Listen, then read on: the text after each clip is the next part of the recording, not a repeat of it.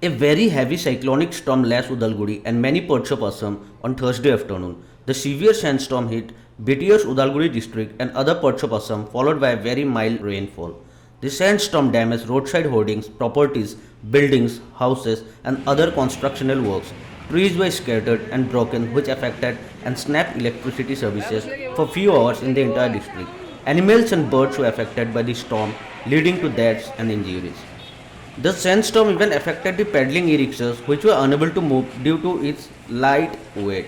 Other heavy weight vehicles like two-wheelers and cars faced difficulties in driving.